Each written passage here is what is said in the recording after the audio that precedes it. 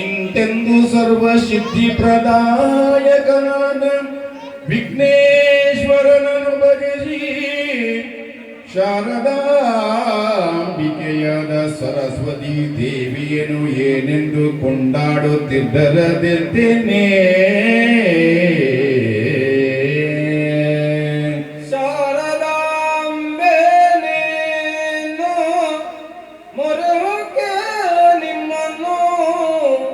ಮರೆಯದೆ ಪಾಲಿಸೆ ಬ್ರಹ್ಮನಾರಾಯಣೇ. ಅಮ್ಮನ ಸತಿಯು ನೀನೆ ಮತಿಗೆ ಮಂಗಳ ಕೊಡಿಯೇ. ಬ್ರಹ್ಮನ ಸತಿಯು ನೀನೆ ಮತಿಗೆ ಮಂಗಳ ಕೊಡೆ. ಸಂಭ್ರಮ ಗುಣ ಪ್ರಿಯ ಶಾರದಾಂಬಿಕೆಯೇ.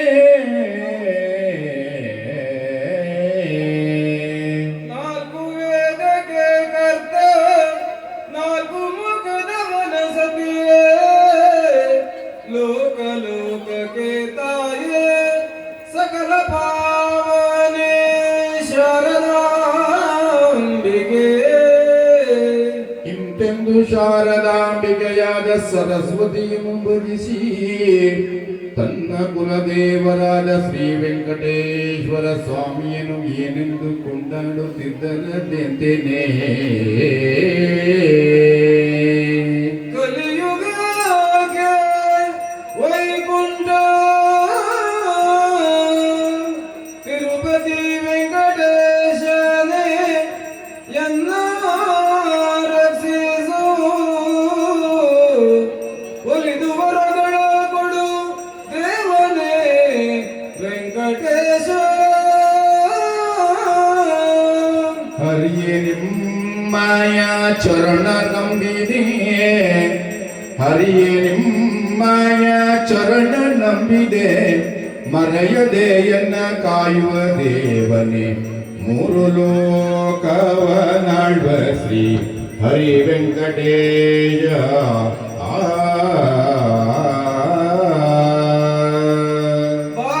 ಭಾವನಗರದ ಬಾಲ ಸ್ಮರಿಸಲು ಬಾಲೆ ಸ್ಮರಿಸಲು ಭಾವದಂತ ವರವ ಪಾಲಿಸು. ಪಾವನಾತ್ಮ ನೀನು ಸಲಹಿದ ವೆಂಕಟೇಶ.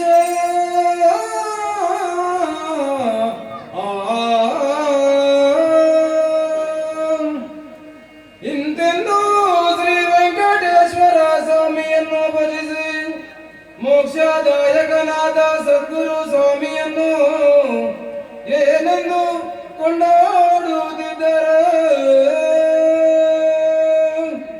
ಮಂಗಳ ಮಗನಾದ ಲಿಂಗಾಯ ಗುರುದೇವ. ಲಿಂಗಾಂಗದ ಮನಸ ಲೀಲೆಯಿಲ್ಲರುವೆ. ಆಗಮನ ಅರ್ಥವನ್ನು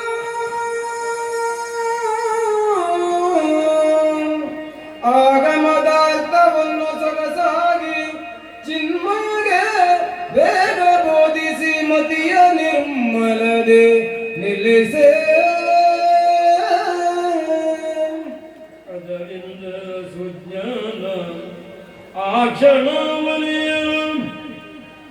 ಸಾಧು ಸಜ್ಜನ ಸಂಘದೊಳಗೆ ತಾವೆನು.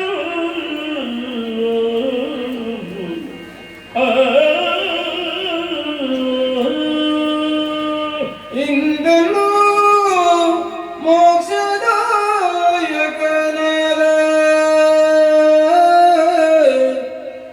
ಸದ್ಗುರು ವರನ ಕೊಂಡಾಡಿ. ಸದ್ಗುರು ವರನ ಕೊಂಡಾಡಿ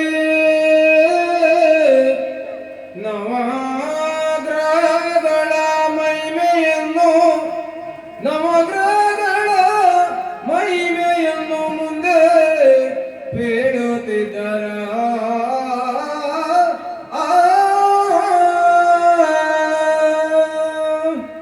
ತದೇವ ಲಗ್ನಂತು ಸುದಿನಂತು ದೇವ ತಾರಾಬಲಂತು ಚಂದ್ರ ಬಲಂತು ದೇವ ವಿದ್ಯಾಬಲಂತು ದೇವ ಲಕ್ಷ್ಮೀಪತಿ ಸ್ಮರ. ಜಗದ ತಂದೆ ತಾಯಿ ಎನಿಸಿದಂತ ಲಕ್ಷ್ಮೀ ನಾರಾಯಣನ ಸ್ಮರಿಸುತ್ತ ಕಲಿಯುಗದ ಕಾಮಧೇನುವಾದಂತಹ ಶನಿದೇವರಿಗೆ 100,000 ಪ್ರಣಮನ ಅರ್ಪಿಸುತ್ತ ಕ್ಷೇತ್ರದ ಎಲ್ಲ ದೇವರುಗಳಿಗೆ ಮುಡಿಯನ್ನ ಬಾಗುತ್ತಾರೆ. ಆದರಣೀಯ ಭಕ್ತ ಮಹಾಶಯರೇ, ಪೂಜಾ ಕೈಂಕರ್ಯವನ್ನ ಕೈಗೊಂಡಂತಹ ಸದ್ಭಕ್ತ ಗ್ರಹದವರ ಪರವಾಗಿ, ಛಾಯಾನಂದನ ಮಂಡಳಿ ಹಂಗಳೂರು ಕುಂದಾಪುರ ಇವರ ಪರವಾಗಿ ಸರ್ವರನ್ನ ಸದ್ಭಕ್ತಿಯಿಂದ ಸ್ವಾಗತಿಸ್ತಾ ಇದ್ದೇನೆ. ಆದಿಯಲ್ಲಿ ಆಡುವಂತ ಮಾತನ್ನ ತಾವೆಲ್ಲರೂ ಅವತರಿಸಬೇಕು. ಯಾವುದೇ ಕಾರಣಕ್ಕೂ ಮಾತನಾಡಬಾರದು. ಮಾತನಾಡುವಂತ ಸಂದಿಗ್ಧತೆ ಅದಿದ್ರೆ ಅದು ಪಿಸು ಮಾತಾಗಬೇಕು.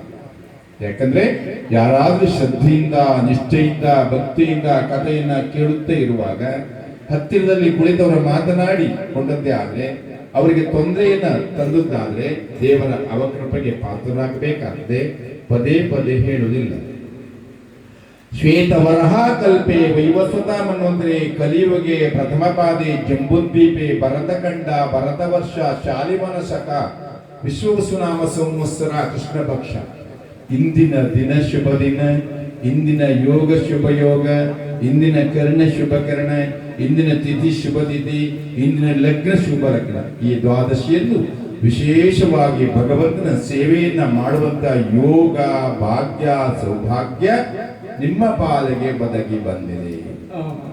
ಒಂದೆರಡು ಪ್ರಕಟಣೆ ತಾವು ಯೋಚನೆ ಮಾಡಬೇಕು. ಯಾಕಂತ ಹೇಳಿದ್ರೆ ಹಿಂದಿನ ಸಂಪ್ರದಾಯವ ಎಂಬಂತೆ ವಿಕ್ರಮಾದಿತ್ಯನಿಗೆ ಶನಿ ಪ್ರವೇಶ ಆಗುವಲ್ಲಿವರೆಗೆ ಇದೇ ಗಮಕ ರೂಪಕದಲ್ಲಿ ಕಥೆಯನ್ನು ಕೊಂಡು ಹೋಗುತ್ತೇವೆ. ತದನಂತರ ಬಡಗುತಿಟ್ಟಿನ ಪ್ರಸಿದ್ಧ ಹಿಮ್ಮೇಳ ಹಾಗೂ ಮುಮ್ಮೇಳದವರಿಂದ ತಾಳಮದ್ದಲೆಯ ರೂಪಕದಲ್ಲಿ ನಾವು ಕಥೆಯನ್ನು ಕೊಂಡು ಹೋಗುತ್ತೇವೆ. ತಾವೆಲ್ಲರೂ ಸ್ಪಂದಿಸಬೇಕು. ನಾವು ತಿಳಿಸಿದಂತೆ ಪೂಜಾ ಸಾಹಿತ್ಯವನ್ನು ಅತಿ ಸೌಜನ್ಯತೆಯಿಂದ ತಾವು ಸಂಯೋಜಿಸಿ ಕೊಟ್ಟವರಾಗಿದ್ದೀರಿ. ದೇವದಾಸರಾದಂತಹ ನಾವುಗಳು ಪಂಚ ಗವ್ಯದಿಂದ ಶುದ್ಧೀಕರಿಸಿ ದ್ವಿಕುಂಭವನ್ನ ಪ್ರತಿಷ್ಠಾಪಿಸಿ ಪಂಚಾಮೃತ, ಪಂಚಕಜ್ಜಾಯ, ಪಂಚಪುಷ್ಪ, ಪಂಚಫಲ, ಪಂಚ ಆರತಿಯಿಂದ ಬೆಳಗಿದ್ದಾರೆ.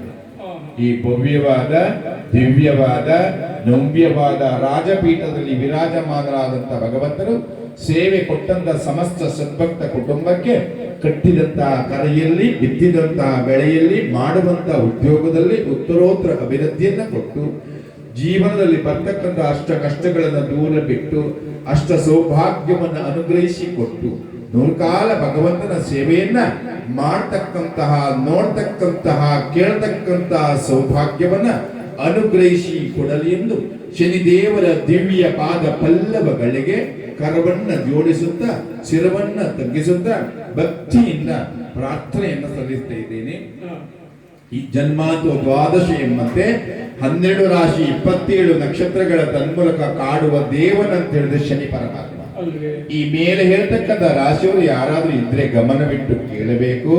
ಕುಂಭರಾಶಿಯವರಿಗೆ ದ್ವಿತೀಯದಲ್ಲಿಯೂ, ಮೀನರಾಶಿಯವರಿಗೆ ಜನ್ಮರಾಶಿಯಲ್ಲಿಯೂ, ಮೇಷರಾಶಿಯವರಿಗೆ ದ್ವಾದಶದಲ್ಲಿಯೂ, ಸಿಂಹರಾಶಿಯವರಿಗೆ ಅಷ್ಟಮದಲ್ಲಿಯೂ, ಕನ್ಯಾ ರಾಶಿಯವರಿಗೆ ಸಪ್ತಮದಲ್ಲಿಯೂ, ವೃಶ್ಚಿಕ ರಾಶಿಯವರಿಗೆ ಪಂಚಮದಲ್ಲಿಯೂ, ಧನುರ್ ರಾಶಿಯವರಿಗೆ ಕಂಟಕ ಸ್ಥಾನದಲ್ಲಿ ಶನಿ ಪರಮಾತ್ಮ ಇನ್ನು 2 ವರ್ಷ ಇದ್ದಾರೆ.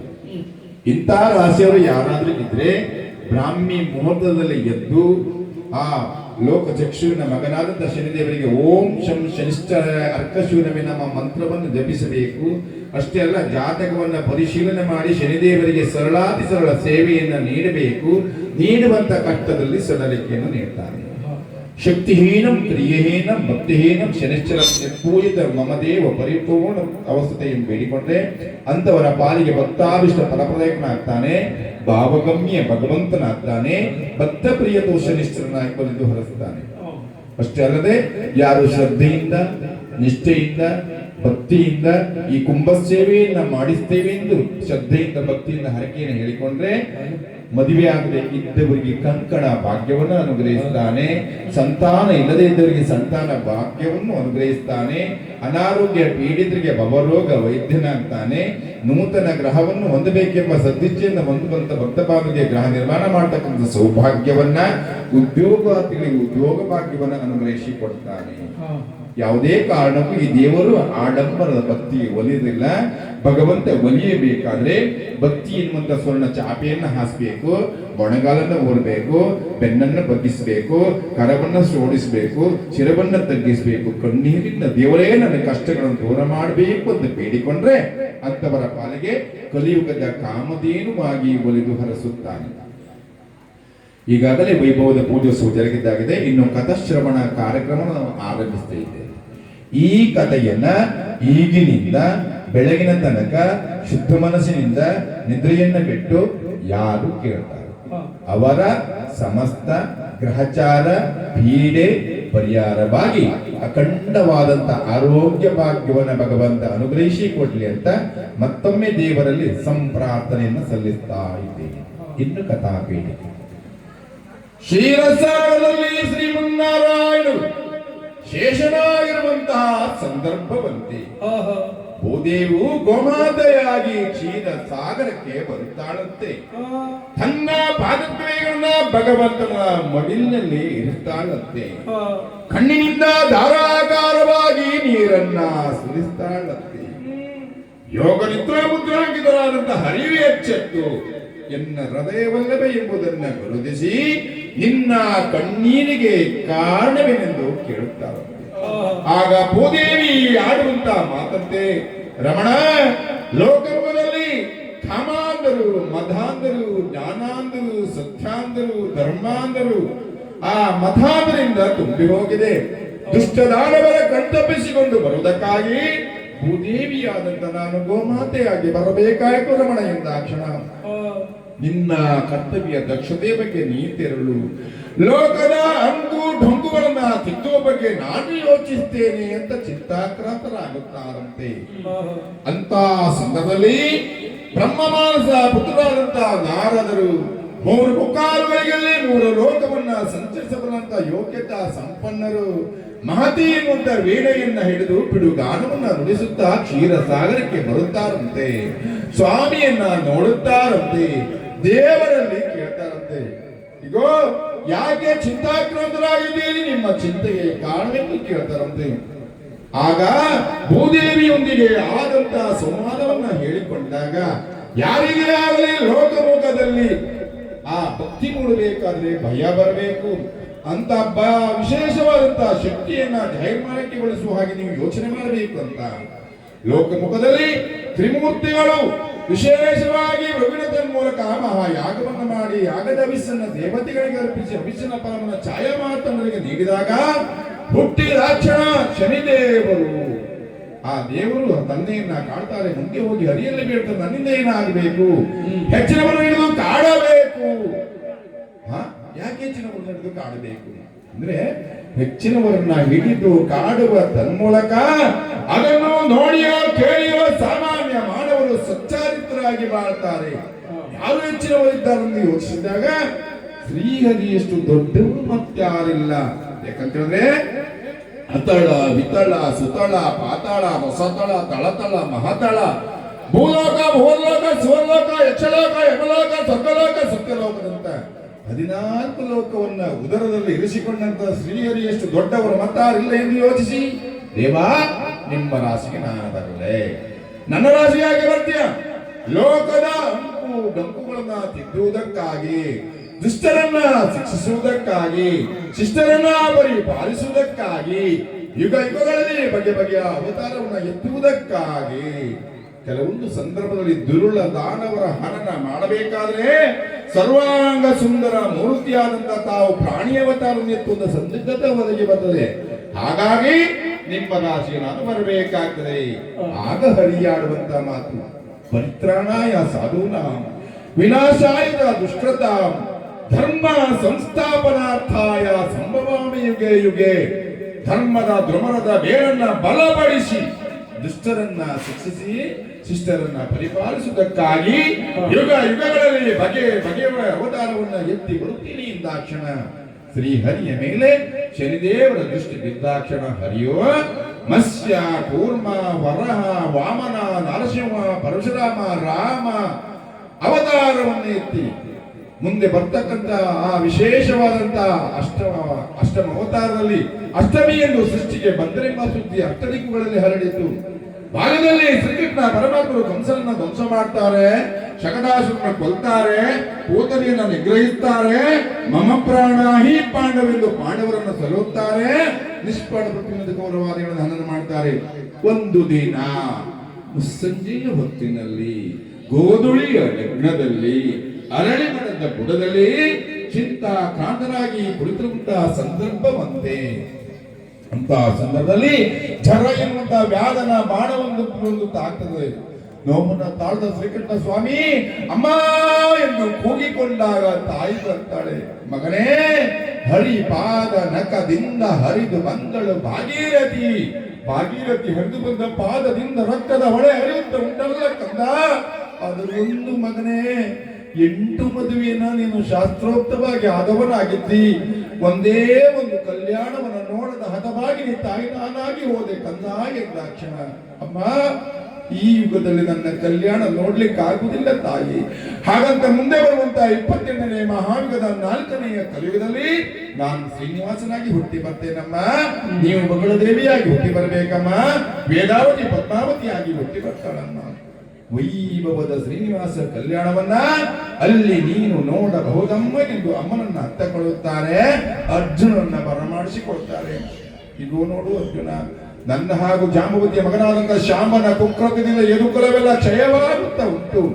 ಸತ್ತಂತವರಿಗೆಲ್ಲ ಸನ್ಮಾರ್ಗದ ಮಾರ್ಗವನ್ನು ತೋರಿಸಬೇಕು, ಮುಕ್ತಿಯ ಮಾರ್ಗವನ್ನು ತೋರಿಸಬೇಕು ಅಂತ ಅವನನ್ನ ಹತ್ತಕೊಳ್ಳುತ್ತಾರೆ. ಬಲಭದ್ರ ಸ್ವಾಮಿಯನ್ನ ಬರಮಾಡಿಸಿಕೊಳ್ತಾರೆ. ಅಣ್ಣ ದೇವ, ಈ ದ್ವಾಪರವಿಗೆ ಅಂತ್ಯವಾಗುವಂತ ಸಂದರ್ಭ ಒದಗಿ ಬಂದಿದೆ. ಸಂಧಿ ಕಾಲದಲ್ಲಿ ನಾವಿದ್ದೇವೆ. ಕ್ಷೀರ ಸಾಗರದಲ್ಲಿ ನೀನು ಶೇಷನಾಗಿ ಸೇರಿಕೊಳ್ಳು.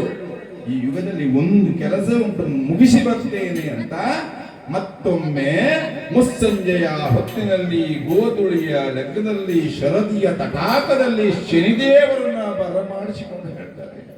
ಶನಿದೇವ, ಮುಂದೆ ಬರ್ತಕ್ಕಂತಹದ್ದು ಕಲಿಯುಗ. ಎಲ್ಲಿ ನೋಡಿದರಲ್ಲಿ ಧರ್ಮ ನಶಿಸುತ್ತದೆ. ಕಾರಣ ಧರ್ಮದೇನು ಒಂದು ಪಾದ ಭೂಮಂಡಲಕ್ಕೆ ಸ್ಪರ್ಶ ಮಾಡುವ ತನ್ಮೂಲಕ 3 ಪಾದದಲ್ಲಿ ಅಧರ್ಮ ತಾಂಡವಾಡ್ತದೆ. ನನ್ನಿಂದ ಏನು ಮಾಡ್ಲಿಕ್ಕೆ ಅವತಾರವನ್ನು ಎತ್ತಿ ಶಾಂತಿಯನ್ನ ಬೋಧಿಸ್ತೇನೆ, ನೀನೇನ್ ಮಾಡಬೇಕು ಬಲ್ಲಯ್ಯ. ಮುಂದೆ ಬರ್ತಕ್ಕಂತಹ ಕಲಿಯುಗದಲ್ಲಿ ನೀನು ನ್ಯಾಯ ವಿಚಕ್ಷಣ ಪಟುವಾಗಬೇಕು, ಧರ್ಮ ವಿಚಕ್ಷಣ ಪಟುವಾಗಬೇಕು, ಕರ್ಮಾಧ್ಯಕ್ಷ ನೀನಾಗಬೇಕು, ಕಾರ್ಯಾಧ್ಯಕ್ಷ ನೀನಾಗಬೇಕು, ಹೆಚ್ಚಿನವರ ಹಿಡಿದು ಕಾಡಬೇಕು, ಸಚ್ಚಾರಿತರನಾಗಿ ಮಾಡಬೇಕು, ಅಚ್ಚುಮೆಚ್ಚಿನ ದೇವ ನೀನಾಗಬೇಕು.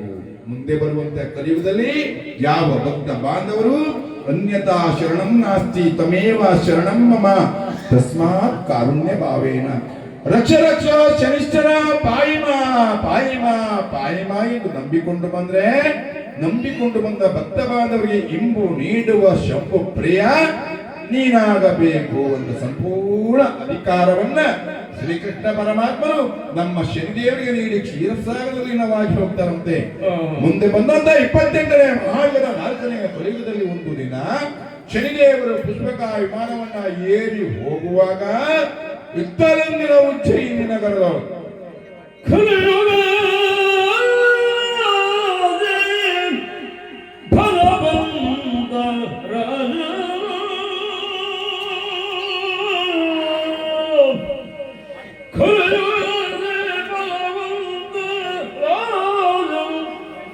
ಬಲು ಪರಾಕ್ರಮಿ ವಿಕ್ರಮಾನೆಂಬೋನು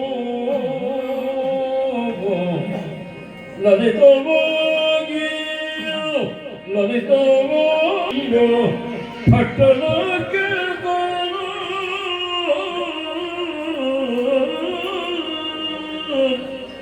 ದೊರೆಯುವಾಗಿ ರಾಜವಾಡುತ್ತ ಪರಿಪರಿಯ ಸಂಭ್ರಮಾದಿ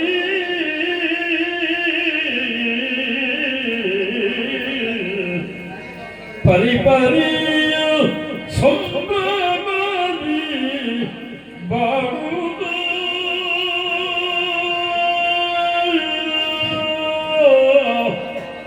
ಇರುತ್ತಲೇ ಬಾಡುವುದು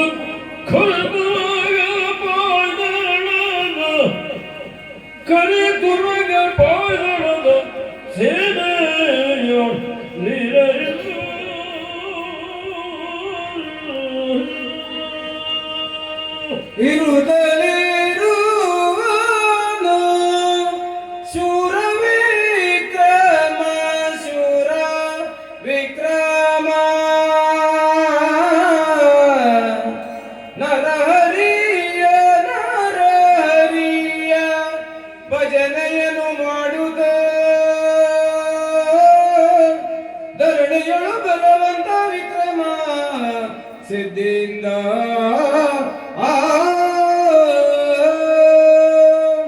ನಾಲ್ಕು ವೇದ, 6 ಶಾಸ್ತ್ರ, 18 ಪುರಾಣ, 18 ಉಪಪುರಾಣವನ್ನ ಅರ್ಜಿಸಿಕೊಂಡನ ವಿಕ್ರಮಾದಿತ್ಯರು ಒಡ್ಡೋಲಗಸ್ಥರಾಗಿದ್ದುಕೊಂಡು ಸಶರೀರವಾಗಿ ಸ್ವರ್ಗಲೋಕವನ್ನ ಸೇರಿದಂತ ಏಕೈಕ ದೊರೆ ವಿಕ್ರಮಾದಿತ್ಯರಾಗಿದ್ದಾರೆ. ಚಿತ್ರಸೇನರನ್ನ ಒಲಿಸಿ ವಿಶೇಷವಾದಂತಹ 48 ರಾಗವನ್ನ ಕರ್ಮಭೂಮಿಗೆ ತಂದವರಾಗಿದ್ದಾರೆ. ಇಂದ್ರನನ್ನ ಒಲಿಸಿ ಮಯೂರ ಆಸನವನ್ನ ಧರೆಗೆ ತಂದವರಾಗಿದ್ದಾರೆ. ಹರಿಹರ ಹಿರಣ್ಯಗರ್ಭರ ಅನುಗ್ರಹಕ್ಕೆ ಸತ್ಪಾತ್ರರಾಗಿದ್ದಾರೆ. ವಾಣಿ ಉಮೆ ರಮೇರ ಪಾದ ಪಲ್ಲವರನ್ನ ಭಜಿಸುವವರಾಗಿದ್ದಾರೆ. ಬೇತಾಳ ಸಾಕಾರಕ್ಕೆ ಒಳಗಾದವರಾಗಿದ್ದಾರೆ. ಕಾಳಿಕಾಂಬೆ ಅನುಗ್ರಹಕ್ಕೆ ಸತ್ಪಾತ್ರರಾಗಿದ್ದಾರೆ.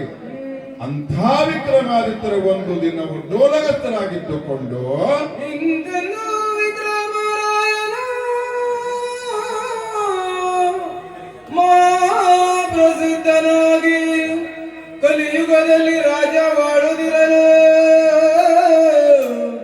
ಒಂದೊಂದು ದಿವಸ ತನ್ನ ಸಭಾಸ್ಥಾನದಲ್ಲಿ ಕುಳಿತು ಏನೆನ್ನುತ್ತಿದ್ದರು. ಒಂದೆಡೆಯಲ್ಲಿ ಧರ್ಮಿಷ್ಠನಾದಂತಹ ಕೋಶಾಧಿಕಾರಿ, ಇನ್ನೊಂದೆಡೆಯಲ್ಲಿ ದುರಂಧರಾದಂತಹ ಸೇನಾಧಿಕಾರಿ, ಮತ್ತೊಂದೆಡೆಯಲ್ಲಿ ಗಾಯಕರು, ವಾಚಕರು, ಪಾಠಕರು, ಪಂಡಿತೋತ್ತಮರು ನಿಮ್ಮಂತ ಭಾಗವತೋತ್ತಮರಿಂದ ಜರುಗಿದ ಸಭೆ. ವಿಕ್ರಮಾದಿತ್ಯನ ಸಭೆ ಎನ್ನುವಂತಹದ್ದು ಇಂದ್ರನ ಸಭೆಗೂ ನಾಚಿಸುವುದಂತೆ. ಅಂದಿನ ಸಭೆಯಲ್ಲಿ ಮುಂದಿನ ಸಾಲಿನಲ್ಲಿ ಕುಳಿತಿರುವಂತಹ ವೇದ ಪಾಠಕರನ್ನ ಕುರಿತು ವೇದ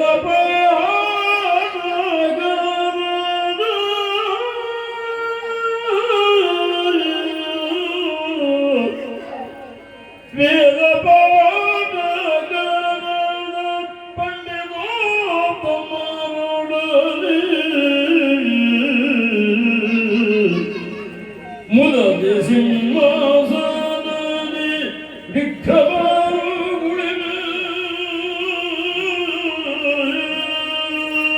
ಮುಂದೆ ಸೇವೆ ಒಳಗದಿ ಮೋದ ಎಂಬುವ ಸುಖದಿ ಮೋದ ಎಂಬುವ ಸುಖದಿ ಸಂದ ಸೌಖ್ಯದೊಳಸದು ರಾಜಧಾನಿರೇ ವೇದ ಪಾಠಕರಾದ ಪಂಡಿತ ತಮರೊಡನೆ ಋಗ್ವೇದ, ಯಜುರ್ವೇದ, ಸಾಮವೇದ, ಅಥರ್ವ ವೇದವನ್ನ ಪಾಠದ ರೂಪದಲ್ಲಿ ಅರ್ಪಿಸ್ತಕ್ಕಂಥ ವೇದ ಪಂಡಿತೋತ್ತಮರೇ, ಇಂದು ನನ್ನ ಮಗನ ಹುಟ್ಟುಹಬ್ಬ. ಹಾಗಾಗಿ ಅಖಂಡವಾದಂತಹ ಆರ್ಯವತ್ತದಲ್ಲಿ ಯಾವುದೇ ಕಾರಣಕ್ಕೂ ಒಂದು ಹೊತ್ತಿಗೆ ತುತ್ತಿನ ಗತಿ ಇಲ್ಲದೆ ಇದ್ದವರು ಇರಬಾರದು. ಯಾರಲ್ಲಿ ಚಾರಕರು ದಶದಿಕ್ಕಿಗೆ ಹೋಗಬೇಕು ಅಂತ ಕಳುಹುತ್ತಾರಂತೆ. ಚಾರಕರು ಅಂಗ, ವಂಗ, ಕಳಿಂಗ, ಕಾಂಬೋಜ, ಗುಜ್ಜಲ, ಮಣಿಪುರದಂತ ಚಪ್ಪನ್ನ ರಾಷ್ಟ್ರಕ್ಕೆ ಹೋಗ್ತಾರಂತೆ. ಒಪ್ಪತ್ತು ಊಟಕ್ಕೆ ಗತಿ ಇರದೇ ಇರುವನ್ನ ತಂದು ನಿಲ್ಲಿಸ್ತಾರಂತೆ.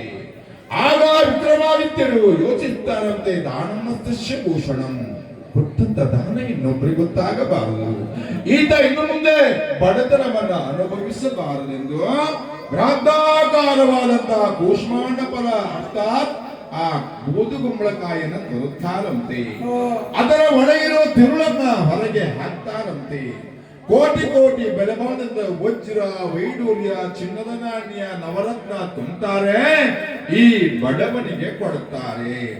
ಆಗ ಬಡವ ಏನ್ ಹೇಳ್ತಾನೆ, ರಾಜೇಂದ್ರ, ಬಂದಂತ ಎಲ್ಲವರಿಗೂ ನೀನು ಮುಷ್ಟಿ ಕಟ್ಟಿ ಧನ ಕನಕವ ಕೊಟ್ಟೆ, ಯಾವುದಕ್ಕೂ ಬೇಡದ ಕೂಷ್ಮಾಂಡ ಫಲ ನೀನಿಗೆ ಕೊಟ್ಟೆ, ರಾಜೇಂದ್ರ ನೀ ಕೆಟ್ಟೆ ಅಂತ ನೆಲಕ್ಕೆ ಸಿಗ್ತಾರಂತೆ. ಆಗ ಕೂಷ್ಮಾಂಡ ಫಲ ಚಿತ್ರವಾಗಿ ಹೋಗ್ತದೆ. ವಜ್ರ, ವೈಡೂರ್ಯ, ಚಿನ್ನದ ನಾಣ್ಯ ಕರ್ಮಭೂಮಿಯಲ್ಲಿ ಬೀಳ್ತದೆ.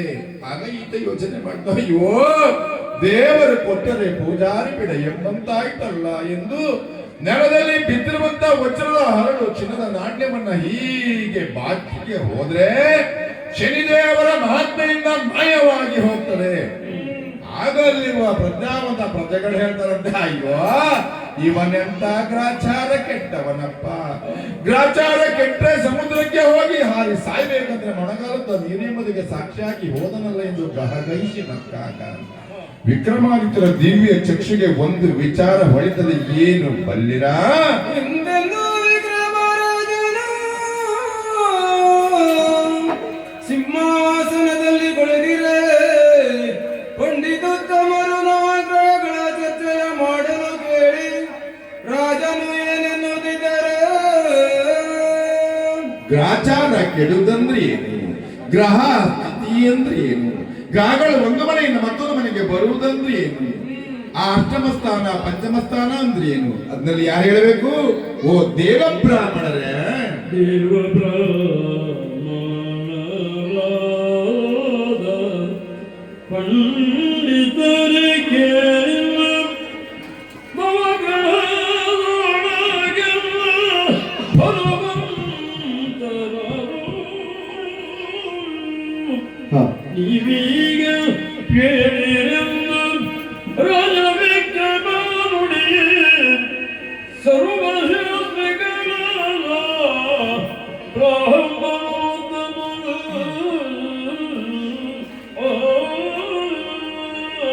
ಪರಿ ಪರಿ ವಿಧದಲ್ಲಿ ರಾಜ ವಿಕ್ರಮನೊಡನೆ ರಾಜ ವಿಕ್ರಮನೊಡನೆ ಹರುಷದಿಂಪೇಳುತ್ತಲಿದ್ದರು ಅವರು. ದೇವ ಬ್ರಾಹ್ಮಣರಾದ ಪಂಡಿತೋತ್ತಮರೇ ಕೇಳಿವಿನ್ನು. ದೇವ ಬ್ರಾಹ್ಮಣರಾದ ಪಂಡಿತೋತ್ತಮರೇ ಕೇಳಿರಿನ್ನು. ನವಗ್ರಹಗಳಿಗೆಲ್ಲ ಬಲವಂತ ಗ್ರಹಗಳ ಬಗ್ಗೆ ಯೋಚನೆ ಮಾಡಬೇಕು, ಹೇಳಬೇಕು. ಗ್ರಹಗಳ ಹುಟ್ಟಿಗೆ ಕಾರಣವಾದರೂ ಯಾವುದು? ಗ್ರಹಗಳು ಇಷ್ಟಪಡುವಂತ ದಿಕ್ಕುಗಳು ಯಾವುದು? ಗ್ರಹಗಳು ಇಷ್ಟಪಡುವಂತ ನವ ಪುಷ್ಪಗಳು ಯಾವುದು? ಗ್ರಹಗಳು ಇಷ್ಟಪಡುವಂತ ಆ ನವ ಧಾನ್ಯಗಳು ಯಾವುದು? ಗ್ರಹಗಳು ಇಷ್ಟಪಡುವಂತ ನವ ಬಣ್ಣಗಳು ಯಾವುದು? ಗ್ರಹಗಳು ಕೊಡುವಂತ ಕಷ್ಟಗಳು ಯಾವುದು? ಗ್ರಹಗಳು ನೀಡುವಂತ ಅಷ್ಟ ಸೌಭಾಗ್ಯ ಯಾವುದು?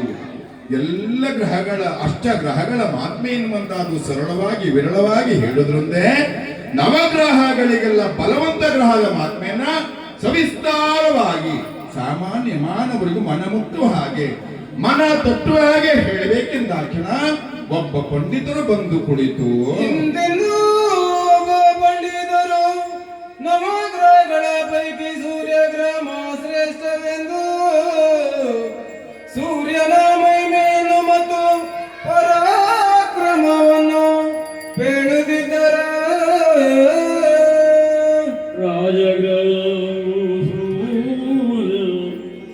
ರಾಜರಾಜನು ನೀಜ ಮೂಜವೆರು ಖ್ಯಾತ ಸಹೋದರಿ ಮಾತು ಅವನ ಜನಕ್ಕೆ ಅವನ ಅರ್ಥಿಸೋ ಜನಕ್ಕೆ ಬೇಡಿದವರ ಕೊಡುವ ಸರ್ವ ಸಿದ್ಧಿಯುಳ್ಳ ನಿಮ್ಮನ ಸೂರ್ಯ.